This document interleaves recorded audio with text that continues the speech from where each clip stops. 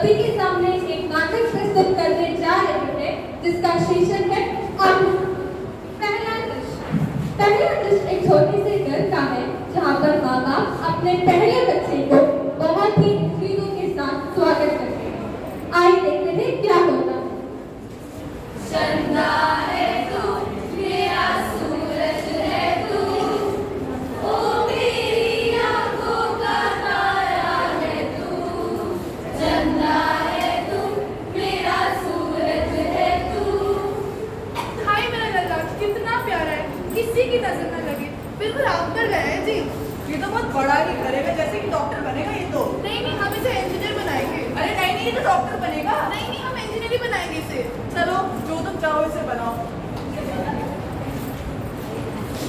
दूसरा दृश्य 3 से 4 सालों के बाद का है जहाँ बच्चा थोड़ा सा और बड़ा होता है। अब इसमें ऑटिज्म के कुछ लक्षण दिखने शुरू होते हैं। आइए देखते हैं क्या होता है।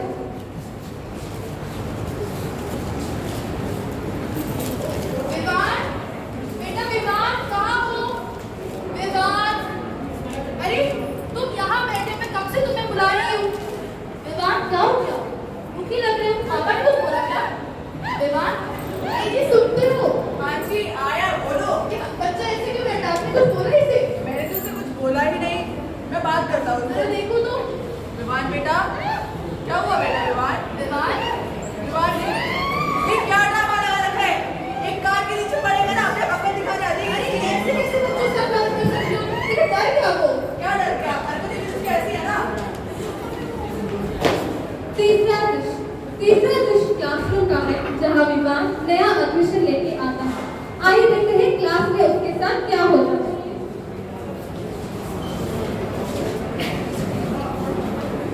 गुड मॉर्निंग बच्चों। Good morning ma'am. कैसे हो सब? तुमने देखा तुम्हारे बीच में एक नया स्टूडेंट है, तुमने उससे बात किया? क्यों? चलो बात करते हैं उससे। विवान, इधर आओ, आ जाओ विवान। विवान, अपने बारे में दोस्तों को बताओ। बताओ विवान। अच्छा चलो विवान, सबको हाय करो, हाय करो। अरे ये तो अटक अटक के बोलता है, ऐसे तो बोलना भी नहीं आता। खुशी, ऐसे बात करते हैं क्या? इधर आओ। विमान को सॉरी बोलो। अब आप जाके विमान के साथ बैठो, उसके साथ फ्रेंडशिप करना है, ठीक है? जाओ विमान। दृश्य 4 पार्क का है जहाँ विमान की मम्मी को पार्क ले आती है। आइए देखते हैं पार्क में क्या होता है।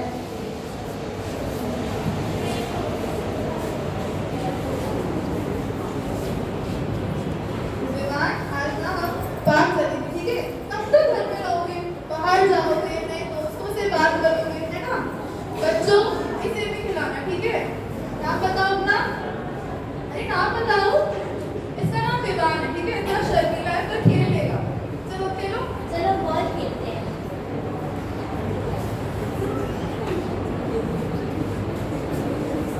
विवान, विवान बॉल पास करो।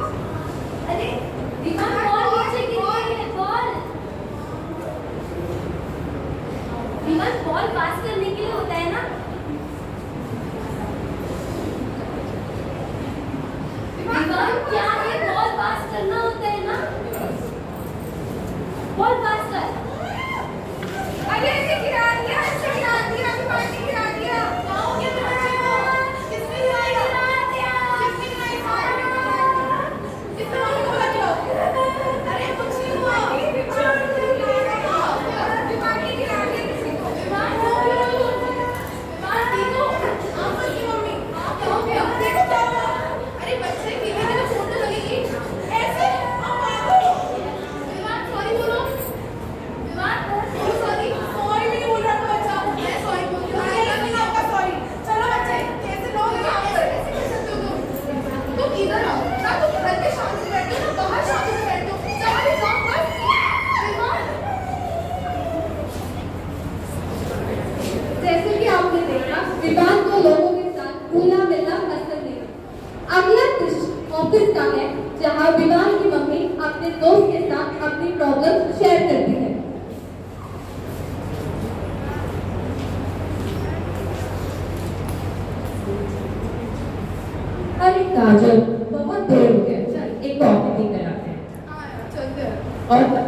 कैसे हो? बच्चा कैसा है? यार अभी ना मुझे नहीं पता, विवान का स्वभाव दिन पर दिन खराब होता जा रहा है। मतलब बात नहीं करता, और अगर ना पुकारो तो तब भी हाँ नहीं करता, आंखों में आंखें डाली तो कभी बात नहीं करता। और मैं उसे अभी पार्क ले गई थी, उसने एक बच्चे को गिरा दिया। अरे विमान का व्यवहार देखकर मुझे नहीं लगता वो नॉर्मल बच्चे जैसे है। तो एक काम कर, तो उसको एक चाइल्ड स्पेशलिस्ट के पास लेके जा, क्या पता वो तुम्हारी मदद कर सके। अच्छा ठीक है, मैं कोशिश करती हूँ। बाय। दृश्य 6। अगला दृश्य अस्पताल का है, जहाँ विमान की मम्मी उसको अस्पताल लेके आती है और डॉक्टर्स को विमान के प्रॉब्लम्स को बताती है। आइए देखते हैं क्या होता है। नेक्स्ट। डॉक्टर से भी बात करेंगे, ठीक है? विमान जल्दी चलो चलो। Good morning doctor. ये मेरा बेटा विमान है। इसको ना कुछ महीनों से बहुत परेशानी है जी। जैसे कि आप देख रहे हो, उसे छूटा रहता है, फिर बात नहीं करता। ये बहुत चिड़चिड़ा सा भी रहता है, घर में ड्रामा ही करके रखते हैं इसलिए बहुत ज़्यादा। हेलो विमान, हेलो हाय, इधर देखो, इधर देखो। विमान के रोज सुनो। हेलो नर्स, आप विमान को लेकर प्ले रूम में चले जाइए। विमान की बहुत ज़्यादा आपको विमान में ये लक्षण कब से देखने को मिला? ये जब बच्चा था तब से ही देखने को मिला था। ये रोता नहीं था और अजीब अजीब आवाज़ें निकालता था, और अभी तो ज़्यादा दिख रहा है मुझे, अभी जब 3 साल का हुआ है तब से। आप जब विमान के साथ प्रेग्नेंट थे तो आपको कोई बीमारी थी? हाँ, बीपी की दिक्कत तो थी, पर मैं उसकी दवाई लेती थी। उसके अलावा आपने कोई दवाई ली बिना डॉक्टर के प्रिस्क्रिप्शन से? हाँ, जब बुखार होता था या कोल्ड हो जाता था तो पैरासिटामोल या फिर एंटीबायोटिक्स लिया है। और जब विमान पैदा हुआ था तो उसे कोई दिक्कत थी, जैसे समय में रोया नहीं, ऐसा कुछ? हाँ, ये डॉक्टर ने बोला था कि वो समय पे नहीं रोया, फिर जल्दी नहीं रोया। और उसका वेट? वेट भी कम था, 1000 ग्राम कुछ ही बोला था, याद नहीं डॉक्टर। और आपके घर में किसी और को ऐसी कोई बीमारी? हमारे किसी को नहीं है। क्या फर्क है हमारे बच्चे को? देखिए मेरे हिसाब से विमान को ऑटिज्म स्पेक्ट्रम डिसऑर्डर हुआ है। ऑटिज्म ये क्या होता है? ऑटिज्म जैसे कि आपने विमान में कुछ लक्षण देखे, वो किसी से बात नहीं करता, आंखों से आंखें नहीं मिलाता और फिर खुद खेलना पसंद करता है। ये जो होते हैं ऑटिज्म के लक्षण होते हैं। इसका कारण जैसे कि आपने बोला कि डॉक्टर के बिना प्रिस्क्रिप्शन के आपने दवाई ली, विमान समय में रोया नहीं था जब पैदा हुआ, ये सब ऑटिज्म के कारण होते हैं। तो ऑटिज्म जो होती है एक लंबी बीमारी होती है, इसे हम ठीक नहीं कर सकते, बट इसके जो लक्षण है वो कम कर सकते हैं थेरेपी और दवाइयों से। तो आज से हम विमान की स्पीच थेरेपी शुरू करेंगे। यहाँ से बगल वाले रूम में एक स्पीच थेरेपिस्ट बैठी है, वो आपकी मदद करेगी। Thank you. वेलकम। जैसे कि आपने देखा विमान को ऑटिज्म स्पेक्ट्रम डिसऑर्डर है। अब विमान की मम्मी पापा को पता चलता है कि उसको थेरेपिस्ट की जरूरत है। अगला सीन थेरेपिस्ट के रूम का है, जहाँ पर स्पीच थेरेपिस्ट विमान को थेरेपी सिखाती है। देखते हैं क्या होता है। जल्दी चलो चलो चलो। नमस्ते डॉक्टर साहब। नमस्ते, आपके बच्चों को क्या क्या परेशानी हो रही है? ये मेरा बेटा विमान है। डॉक्टर साहब के पास गए थे तो उन्होंने कहा इसको ऑटिज्म डिसऑर्डर है। तो ऑटिज्म एक ऐसी बीमारी है जो जीवन भर रहेगा, बट हम थोड़ी सी थेरेपीज के इस्तेमाल से इसके लक्षण को कम कर सकते हैं। कैसे थेरेपीज? तो आज हम इसके साथ स्पीच थेरेपी करेंगे, जिससे वो दूसरों से अच्छे से बात कर पाए। यहाँ पे आओ। बेटा विमान जाओ, आपके पास जाओ, जाओ जाओ। बेटा आपका नाम क्या है? विवान। मेरे साथ बोलो वी वी। बोलो वी वी। Very good. बात बोलो मेरे साथ। विवान। Very good. आपके सामने कौन खड़ा है? पापा। बोलो मेरे साथ। पापा पापा। बोलो। Very good. तो जैसे मैंने अभी आपको थोड़े से एक्सरसाइजेस सिखाए हैं, वही आपको घर पे जाके भी ट्राई करना है। क्या बता सकते कैसे एक्सरसाइज करना है एक बार? इसके अलावा एक और एक्सरसाइज है, जहाँ पे आपको दोनों हाथों से आपके बच्चे के चेहरे में ऐसे रखना है और गोल गोल ऐसे मालिश करना है, ताकि ये अच्छे से बोल पाए और जिसकी जो बात करने की जो तकलीफ है वो भी थोड़ा सा अच्छे से बात कर पाए। और मुझे कब आना है इधर? तो हफ्ते में कम से कम इसे 3 बार लेके आना है अच्छा ठीक है, थैंक यू सो मच।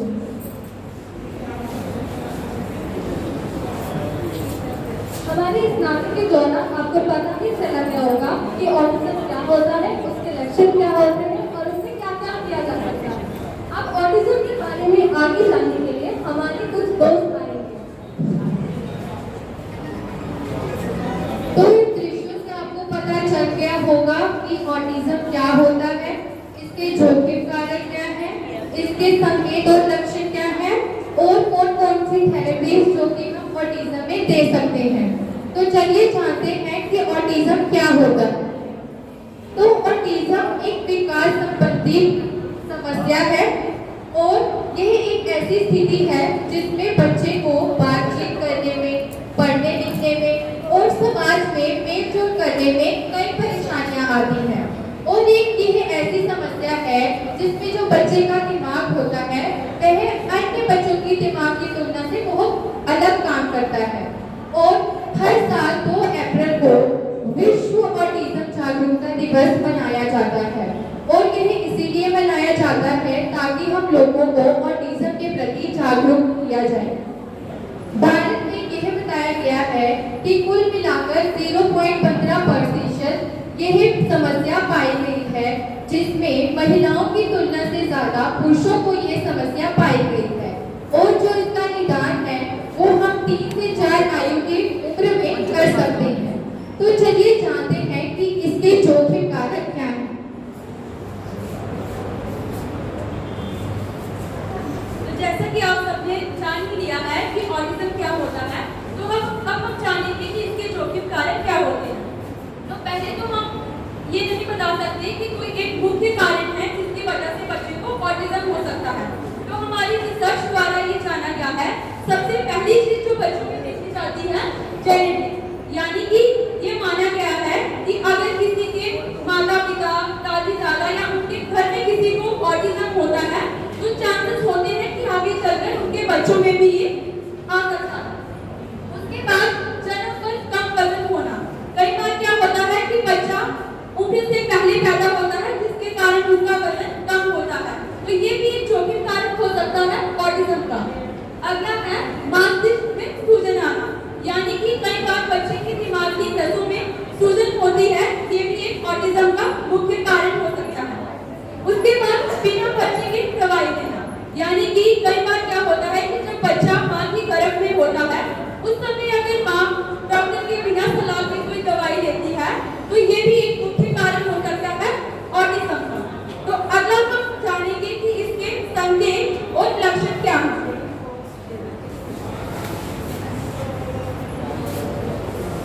मैं आपको ऑटिज्म के रेड फ्लैग्स यानी ऑटिज्म के संकेत के बारे में बताने वाली हूँ। तो पहला जानते हैं कि 1 साल से कम उम्र के बच्चों में क्या संकेत देखा जाता है। पहला है भावनात्मक प्रतिक्रिया में कठिनाई, यानी ये बच्चे अपनी फीलिंग्स को एक्सप्रेस नहीं कर पाते हैं।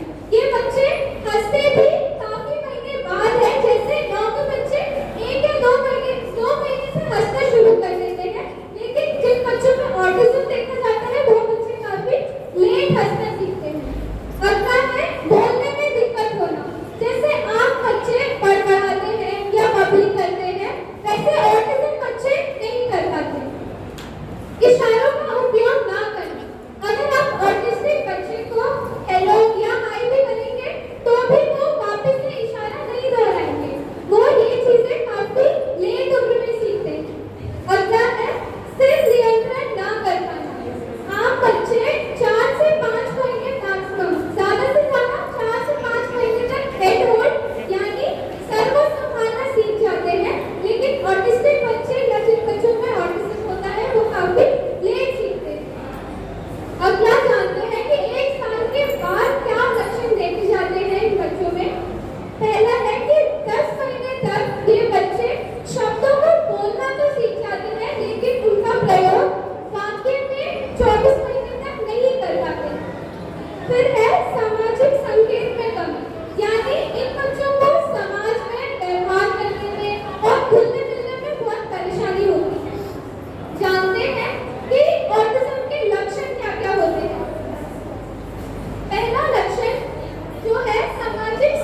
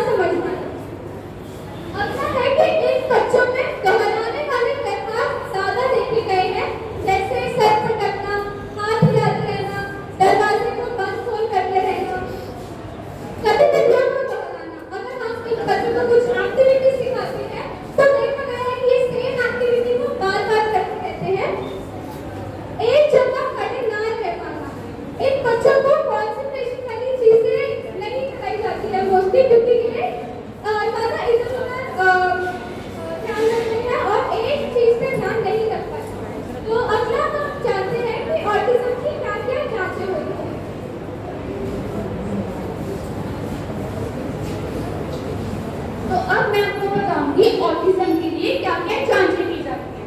ऑटिज्म की जांचों के लिए कुछ जांचें जो चेकलिस्ट होती है वो डॉक्टर द्वारा की जाती है, कुछ जो चेकलिस्ट होती है वो घर के मम्मी पापा द्वारा की जाती है। तो जो पहली चेकलिस्ट होती है वो 6 महीने से 24 महीने के लिए बच्चों के लिए होती है, जिसमें कुछ प्रश्न दिए जाते हैं। प्रश्नों को देख के बच्चों में जो भी लक्षण दिखते हैं उसके बारे में देख के टिक किया जाता है। पहला जो होता है सामाजिक संचार, जानने की जो बच्चा है वो कैसे खेलकूद में कैसे है, कैसे व्यवहार कर रहा है, दोनों को समझ रहा है कि नहीं समझ रहा है। दूसरा प्रश्न जो होता है भाषा और बोली, जानने जो बच्चा है वो बोलने में कैसा है, वो किससे बात कर रहा है कि नहीं कर रहा है। तीसरा प्रश्न जो होता है इसमें प्राथमिक विकास, जानने की इसमें क्या होता है बच्चों को कुछ सिंबल कुछ चित्र दिखाते हैं, उसकी वो उससे रिस्पॉन्स कर रहा है कि नहीं कर रहा है, या उसकी वो समझ रहा है कि नहीं समझ रहा है। दूसरा इसमें जो चेकलिस्ट होता है वो 16 महीने से 30 महीने के बच्चों में किया जाता है। इसमें पहला सेशन होता है अर्ली सोशल कम्युनिकेशन, यानी कि बच्चा आंख से आंख मिला के बात कर रहा है कि नहीं कर रहा। अगर आप उसको कुछ चीज दिखा रहे हैं वो उसके प्रति उसको रिस्पॉन्स कर रहा है कि नहीं कर रहा। दूसरा प्रश्न में क्या होता है जो बच्चा है वो खेल कूद में कैसा है, वो अपने लिए खेलता है या अपने दोस्तों के साथ मिलकर खेल रहा है। तीसरे प्रश्न में हम बच्चों में लक्षणों के बारे में देखते हैं, जाने कि जो बच्चा है वो अपने एक ही चीज बार बार दोहरा रहा है, जैसे कि हाथ को पटपटाना, अपने सर को गोल गोल ऐसे घुमाना। तो अब इसके बाद हम देखेंगे कि ट्रीटमेंट हम ऑटिज्म के लिए करते हैं, जो पहले इसको अंग्रेजी में EIBI बोला जाता है। इसमें क्या होता है हम हर चीज को बच्चों को कुछ छोटी छोटी चीजें सिखाई जाती हैं, जैसे कि बच्चों को बॉल पास कराना। हम बच्चों को जैसे सिखाते हैं कि बॉल को कैसे पास कराना है। इसमें सबसे पहले हम बताएंगे कि बॉल के बारे में बताएंगे, उसको कैसे पकड़ना है, उसको कैसे फेंकना है, उसके साथ कैसे खेलना है। तो इसके अलावा हम बच्चों को हर चीज जैसे खाना खाना और खेलों में बहुत ही छोटी छोटी मात्रा में सिखा के उनको पूरा किया जाता है। अब मेरे दोस्त आपको कुछ हिस्सों के बारे में बताएंगे।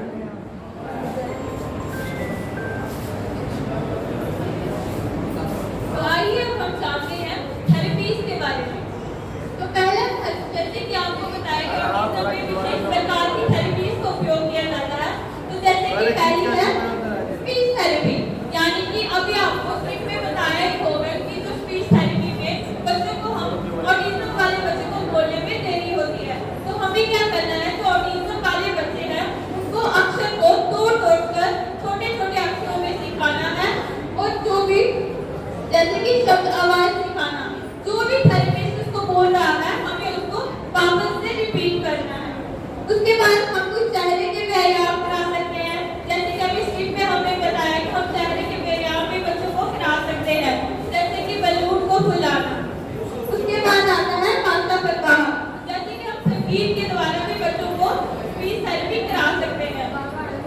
उसके बाद है व्यवहारिक चिकित्सा, यानी कि ऑक्यूपेशनल थेरेपी, इसमें हम बच्चे को स्वतंत्र बनाने में मदद करते हैं।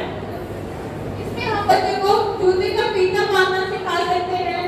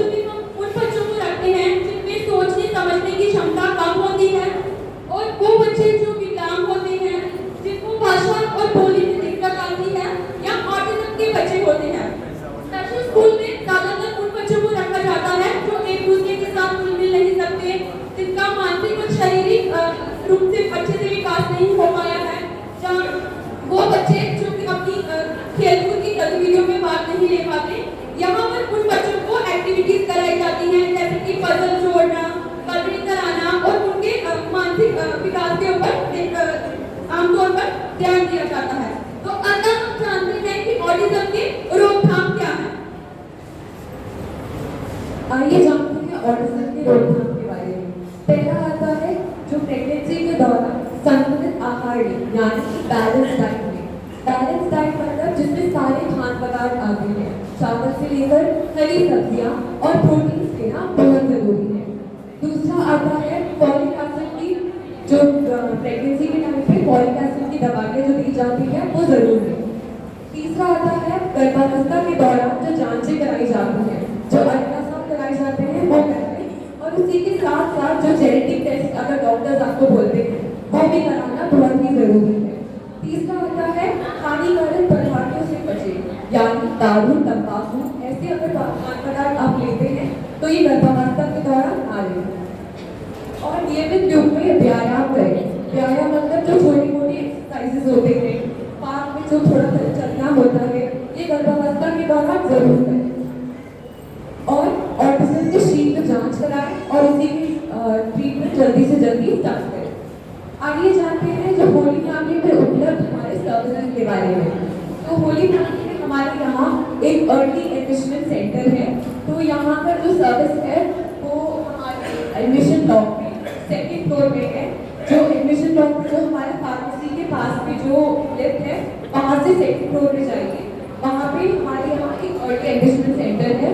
यहाँ की इंचार्ज मधुबनी मैम है और हमारे यहाँ इसका रजिस्ट्रेशन जो होता है वो 9 o'clock से 5:30 तक होता है। और पहले इसका रजिस्ट्रेशन थोड़ा अलग होता है बाकी रजिस्ट्रेशन से।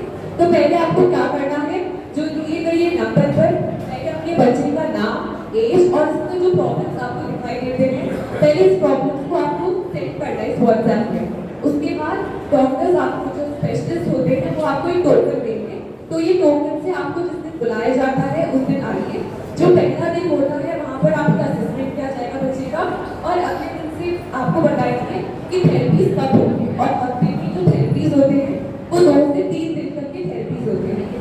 और इसका जो उम्र होता है जो जन्म से लेके 6 वर्ष तक के सारे बच्चों के लिए ऐसे किया जाता है, जिसमें ऑटिज्म और ऐसे विकास वाले बच्चों के लिए ये किया जाता है। आइए जानते हैं दिल्ली में ऑटिज्म देखभाल सेवा केंद्र कौन कौन से हैं। सक्षम जो हमारे मांझवाला में है, दिल्ली माइंड क्लिनिक जो पटिया नगर में है, उड़ान, सनशाइन और हीलिंग अबाउट यू जो लसोला बिहार में है। और जो हमारी गवर्नमेंट सर्विसेज हैं वो हमारे एलएचपी हॉस्पिटल में है, चाचा नेहरू हॉस्पिटल में है। और हमारे अगर प्राइवेट क्लिनिक के बारे में जानेंगे तो वो मैक्स हॉस्पिटल में है, विश्व में है और होली फैमिली हॉस्पिटल में है।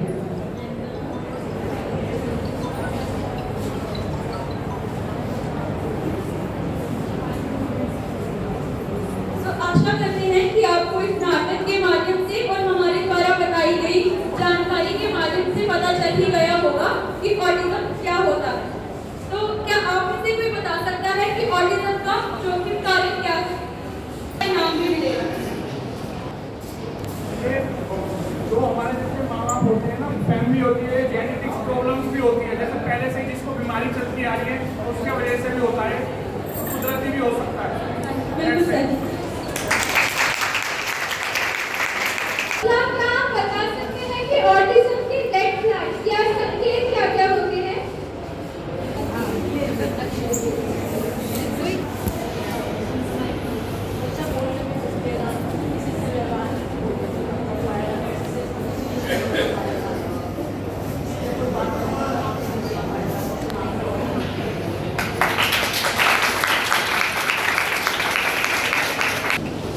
अगला है कि आप प्रश्न पूछिए क्या?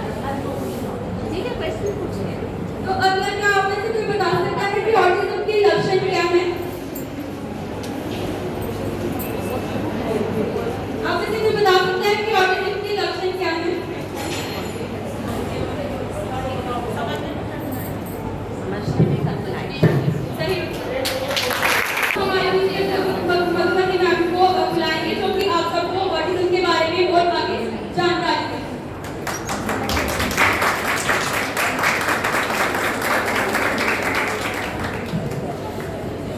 थैंक यू, नमस्कार, आदाब, सत श्री अकाल। आई लाइक द वे आप लोगों ने इंट्रोड्यूस किया था, थैंक यू वेरी। मेरा नाम मधुमती है और मेरे साथ निधि है, वो स्पीच थेरेपिस्ट है। एक थैंक यू आपने ये किया एंड थैंक यू आपने हमें अपॉर्चुनिटी भी दिया। ऑटिज्म का एक चीज़ है कि वो नाम से ही पता चलता है, ऑटो मतलब अपने आप में खो जाना सबसे ज़रूरी वो लक्षण है। और ये है कि हम सब अलग हैं, पता नहीं हमें क्यों एक ही ढांचा में सब लोग डालना चाहते हैं। हमारे बच्चे भी अलग होते हैं, जिस पर बीतती है ये, जिनके पास उनको समझ आता है कि चिल्ड्रन विद ऑटिज्म के साथ कैसे करके हमें आगे बढ़ना है। ये एक इजी रास्ता नहीं है, ये बहुत मुश्किल रास्ता है पेरेंट्स के साथ। और हम सब जो यहाँ हैं, हमें मैं एक ही चीज़ कहना चाहती हूँ, फिर निधि को दूँगी, क्योंकि निधि हमारे स्पीच थेरेपिस्ट है एंड वो भी अपना व्यू करेंगी। अगर हम अपने पेरेंट्स के साथ दें, जब बच्चा सामने आए उसे घूरे नहीं, उसको देखकर है ये बोलता है ये क्या कर रहा है, ये क्यों मार रहा है, ये सब नहीं पूछकर जस्ट उन सहारा दे कि उस गिर गया कुछ और उठाकर वापस मम्मी को दे दे, या जस्ट घूरे नहीं, या उनको नीचा नहीं दिखाए। हमारे पेरेंट्स बहुत मुश्किल के साथ इस दौरान जाते हैं, उनको जस्ट आपकी सहारा भी नहीं कहूँगी, पर जस्ट एम्पैथी चाहिए। जस्ट थोड़ा सा हम लोग समझें जिस रास्ते से जा रहे हैं। ये एज दर्शक, ये आई थिंक ये हमारे लिए काफ़ी मैसेज काफ़ी है।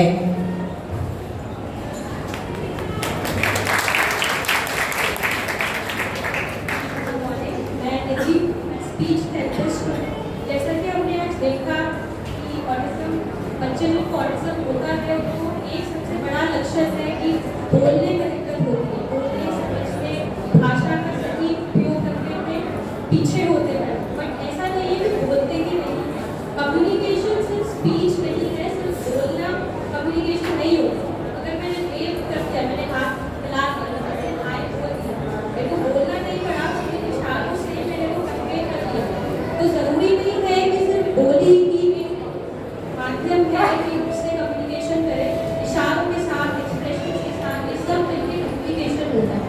तो हम बच्चे जिनको ऑटिज्म है उनको सिर्फ बोली में कोशिश करते हैं, क्योंकि हमें पता है कि मस्तिष्क में कुछ दिक्कत है, उसके कारण बोली पीछे चल रही है। 5 साल का बच्चा है लेकिन खाली एक शब्द प्रयोग कर रहा है, बट उनको इशारों के साथ स्पीच का साउंड का एसोसिएशन करा के उनका स्पीच डेवलप कर सकते हैं। और जैसा मैम ने बोला कि बस हम इतना रिक्वेस्ट करते हैं एज ए सोसाइटी कि हम उनको माइनॉरिटी या ऐसा फील ना कराएं कि वो बिल्कुल अलग है या छोटे हैं या ऐसा कुछ। उनका दिमाग दूसरे तरीके से चलता है, कोई खराब नहीं है या बदतमीजी नहीं है या ऐसा कुछ नहीं है, अलग तरीके से वो सोचते हैं। उनका सोचने का तरीका हम अगर देखते हैं कि अच्छा पक्का ऐसे घूम रहा है, भी उनके दिमाग में कुछ और चल रहा हो, वो उनके लिए क्या पता गेम बन गई हो, इसलिए वो उधर देख के उधर भूल जा रहे हैं। तो प्रोसेसिंग दिमाग का चलना अलग तरीके से होता है, इसलिए वो सीखते अलग तरीके से। इसलिए स्पेशल स्कूल्स में भी वे ऑफ टीचिंग, पढ़ाने का तरीका अलग होता है नॉर्मल स्कूल जो हम बोलते हैं उनमें। और ऐसा नहीं कि सिर्फ स्पेशल स्कूल में ही इनको दाखिला मिलता है, अब जो भी जितने भी स्कूल हैं, हर स्कूल में एडमिशन के लिए बच्चों के लिए सीट्स होती हैं, अलग अलग स्कीम्स होते हैं, और उसके माध्यम से एडमिशन मिलता है, फीस में कुछ कटौती मिलती है, और सारे बेनिफिट्स हैं अभी हमारे। एक और चीज़ मैं कहना चाहती हूँ, जैसे मैंने बोला हम सब अलग हैं।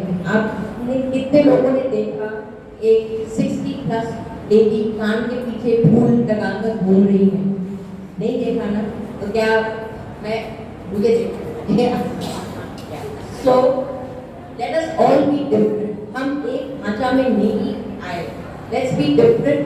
और जो डिफरेंट है उनके पर हम विश्वास करें और उनको रिस्पेक्ट करें, please. Thank you so much. Thank you so much. Thank you. I'm really grateful.